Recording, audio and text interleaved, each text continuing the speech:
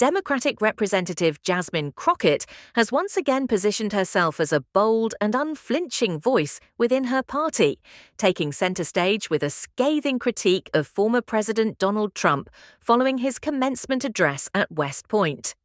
Crockett, who has garnered increasing attention for her articulate and forceful messaging, didn't hold back during her appearance on national television, where she condemned Trump's speech as inappropriate, incoherent, and deeply troubling for someone who seeks to once again occupy the Oval Office. In her televised remarks, Crockett addressed what many observers saw as a bizarre and self-indulgent performance by the former president during a solemn event. Trump, speaking to a class of newly commissioned military officers, reportedly veered off topic, speaking at length about his trophy wives and the multiple legal investigations he currently faces. For Crockett, the speech wasn't just a missed opportunity, it was a red flag.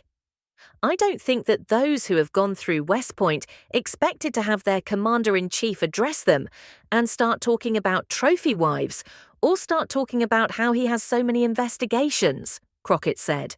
What a great reminder that you are not qualified to be the person that potentially will command troops to go into war. That is not instilling confidence whatsoever. Crockett's remarks quickly circulated on social media, resonating with many Democrats who have grown increasingly frustrated with what they view as the mainstream media's reluctance to scrutinize Trump's behavior and mental fitness with the same intensity applied to other political figures. Rather than tempering her words, Crockett doubled down, arguing that it is long past time for Republicans and the country as a whole to confront what she described as obvious signs of cognitive decline in Trump. It is time for Republicans to start calling him out and start questioning his mental acuity, Crockett declared. We know when it comes down to his criminality, he's not qualified to serve, but this is just absolutely deplorable. Her comments reflect a broader shift among progressive Democrats, many of whom believe that the traditional approach of measured criticism and political decorum no longer meets the moment. Crockett, along with lawmakers like Alexandria Ocasio-Cortez and senators like Bernie Sanders, represents a faction of the Democratic Party that is increasingly vocal about the need to meet Republican messaging with equal force and urgency. We're no longer living in the era of when they go low, we go high, Crockett said in a separate interview, referencing former First Lady Michelle Obama's famous maxim. In fact, I don't think we ever really were. Those are inspirational words, yes, but they don't work in today's political reality. As the 2024 election approaches, Trump's mental and legal status continues to dominate political discourse. While Democrats have faced persistent questions about President Biden's age and capabilities, amplified recently by a book from CNN anchor Jake Tapper that details internal concerns from within Biden's own circle, Crockett was quick to call out the double standard. She pointed out that Biden is a former president no longer actively seeking office, whereas Trump is actively campaigning to return to the White House. Let's be honest here, she said. Biden's not running around the country calling himself a stable genius while forgetting where he is. Trump is.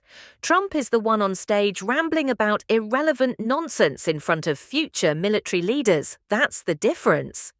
Despite mounting evidence of Trump's erratic behavior, both past and present, most Republican lawmakers have avoided any public discussion about his mental fitness.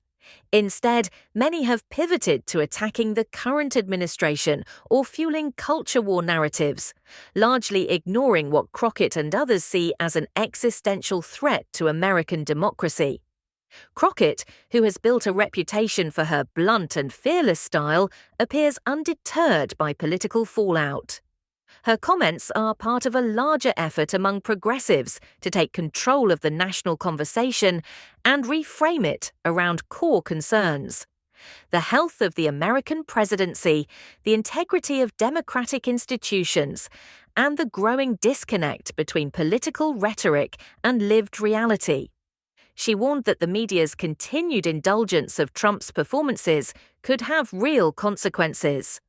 "We're seeing clear signs of deterioration," she said, "and instead of confronting it, too many in the press are treating it like another weird Trump moment. But this isn't just weird, it's dangerous."